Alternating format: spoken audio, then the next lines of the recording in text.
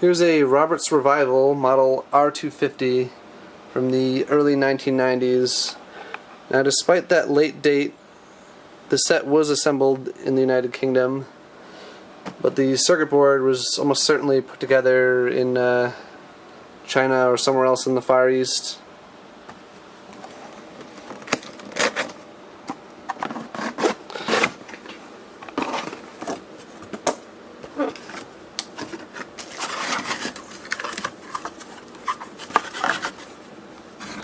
So that still comes with all of its original packaging, at least as far as I know.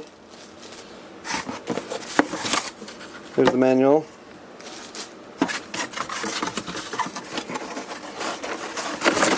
If it will cooperate, down there is, I believe, the original AC adapter.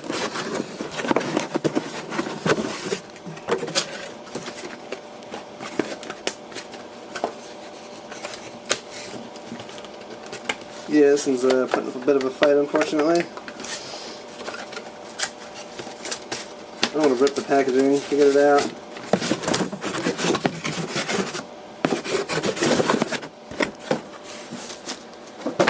Alright. There's the adapter. Sorry for that delay, but it was hard enough to do one-handed. You can see this is not an export model. It's got a British plug. It's set for 220 volts. Wouldn't be that hard to replace this AC adapter though. Just a 9 volt DC 300 milliamp adapter.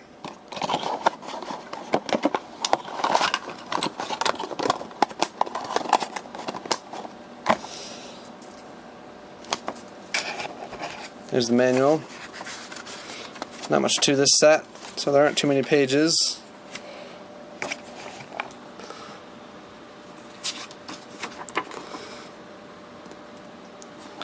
Battery life is not super great.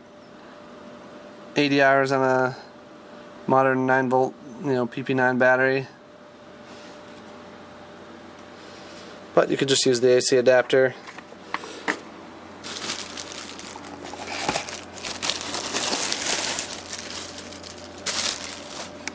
Ah, here's the radio itself. It's kind of a lime greenish color.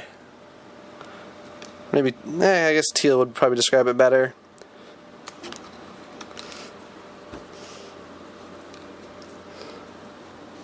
Let me see what they called it. They call this color pastel green. Still got its original hang tag.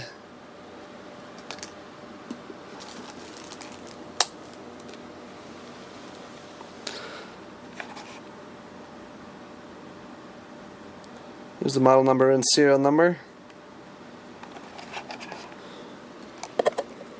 I took the liberty of installing a restuffed Eveready 276 battery, which is the American equivalent to the PP9. There's where that AC adapter connects.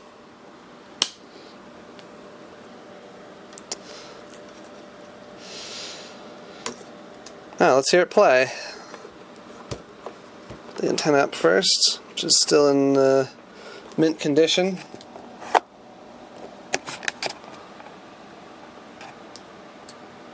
My camera would just focus. There we go. Alright, so it's already set to FM. I'll switch it on.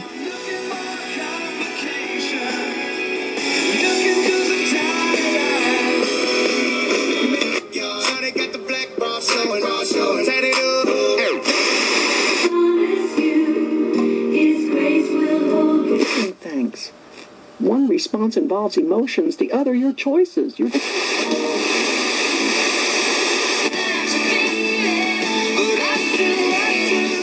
36 months with only the first payment due at signing. Matthews Ford, East Main. See Players Club for... No, I'm in. Yes, I didn't say wrecking balls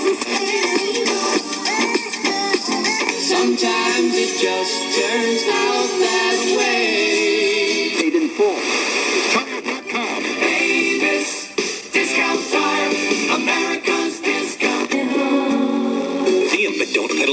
quickly, be sure to stick around after the ride for the coolest dessert in town.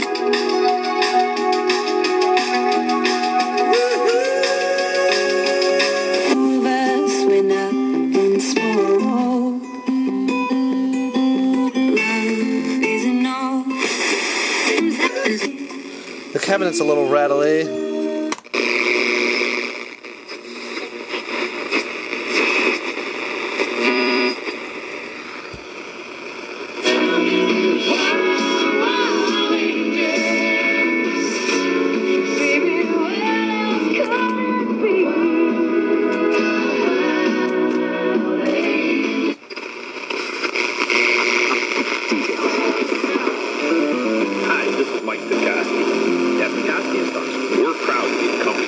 Some other safe way. Cops all across the country are cracking down on drunk driving.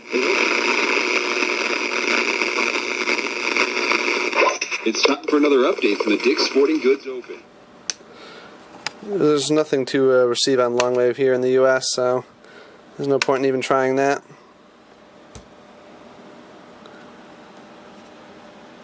It's got a nice looking reverse painted dial.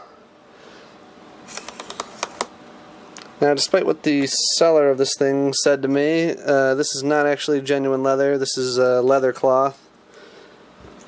You can tell immediately by looking at it. But the original, Roberts sets on which this was based were also covered in leather cloth, not real leather. So, I guess that's fitting.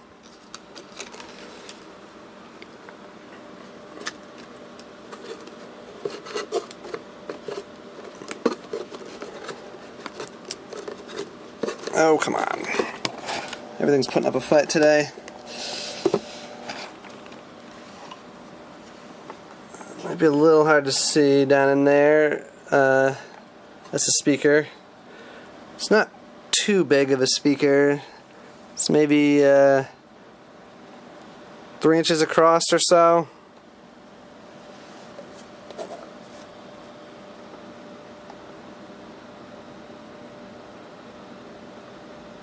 Unlike earlier sets made by Roberts, which used a ton of British-made components, this one's full of Japanese and Chinese components. But I don't think there even are any British transistors or anything like that being made. Same is true here in the U.S. You can't really get American capacitors, resistors, transistors, all that kind of stuff. Production of that stuff ended here a long time ago. Except for specialty applications like aerospace and military.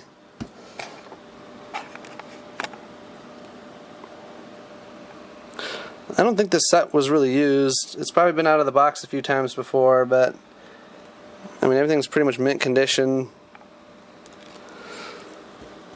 Probably going to end up selling this thing, but I haven't decided that for sure. It's a little bit later than what I usually collect.